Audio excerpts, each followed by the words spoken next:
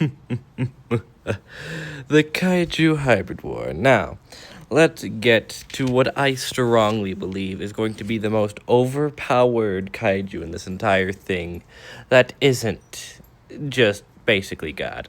This is Altu Kazal. And what I believe is going to be the reckoning of any hybrids that dare challenge it. Its base genome obviously is Skullcrawler with Shimo for Ice Beam and Thagomizer on the tail.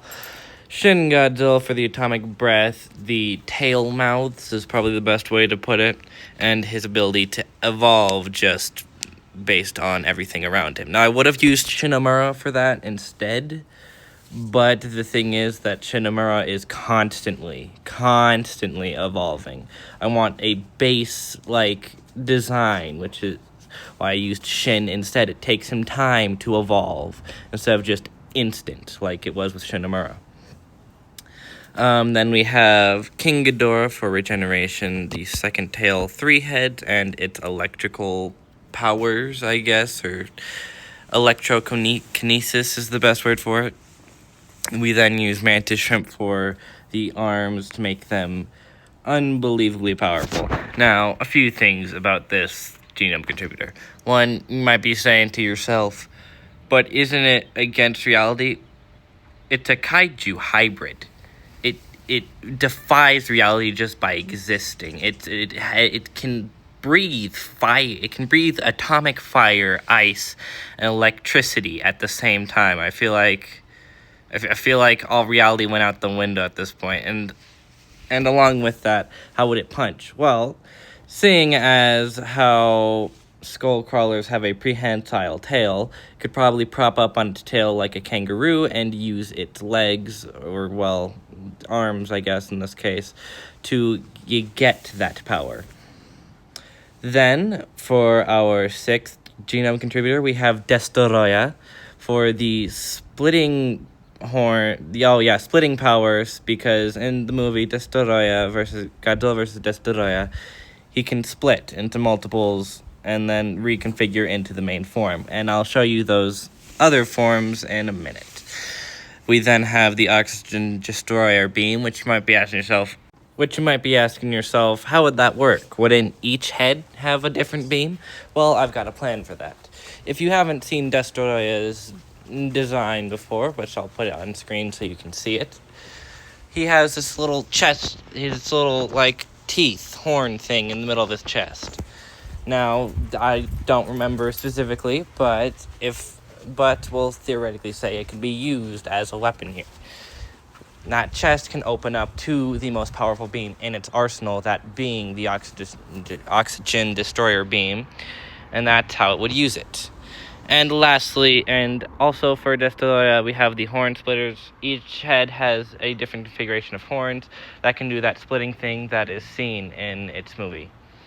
And finally, for Destoroyah, we have how its tail configuration is in its full form, or in the hybrid's full form.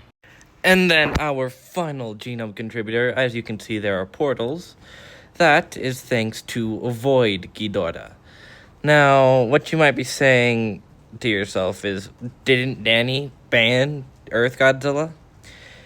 He banned Earth Godzilla. He didn't ban its entire universe, which is full of all sorts of overpowered creatures.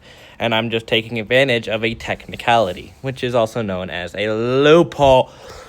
Sorry, that was unnecessary. So we're going to use Void Ghidorah for his power to be able to summon portals and summon versions of his head through those portals.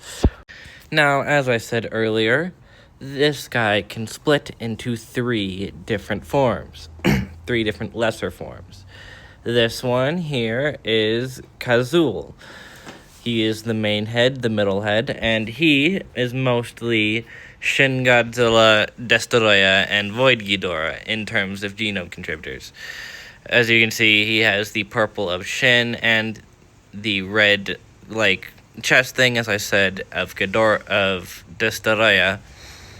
And he would have 2 beams. The other 2 only have 1 beam, but he would have 2.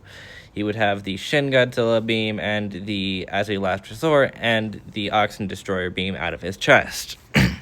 As you can see, he has a tail head, just like Shin, and just like his greater form. And he can breathe, actually both atomic breaths out of it, but usually it is used for the laser of Shin Godzilla's beam. This is Alitus. He, in terms of genome, is mostly Ghidorah. As you can see, he has two tails covered in the spikes. He does have webbing on its legs. I did show this to a friend, and she thought that they were for swimming, but no, it's just kind of like a byproduct of him being Ghidorah.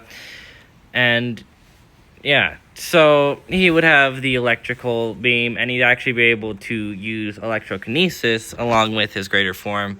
I'm going to say along with his greater form to all of them, because, well, they all come together in one and have all the same powers all combined in their greater form. This splitting thing is just in case there's multiple things coming after him, and he can split up and attack from all angles, or split up and attack things differently.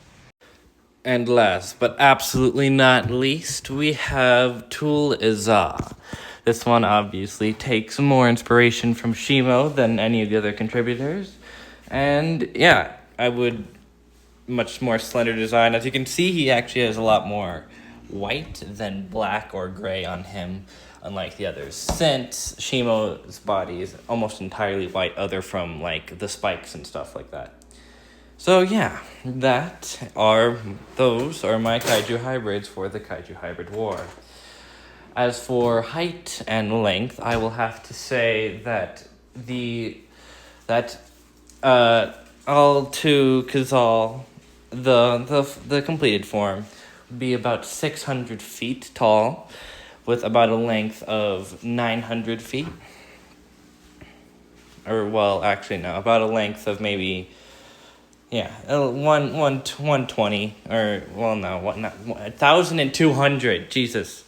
Sorry, I am not thinking straight today.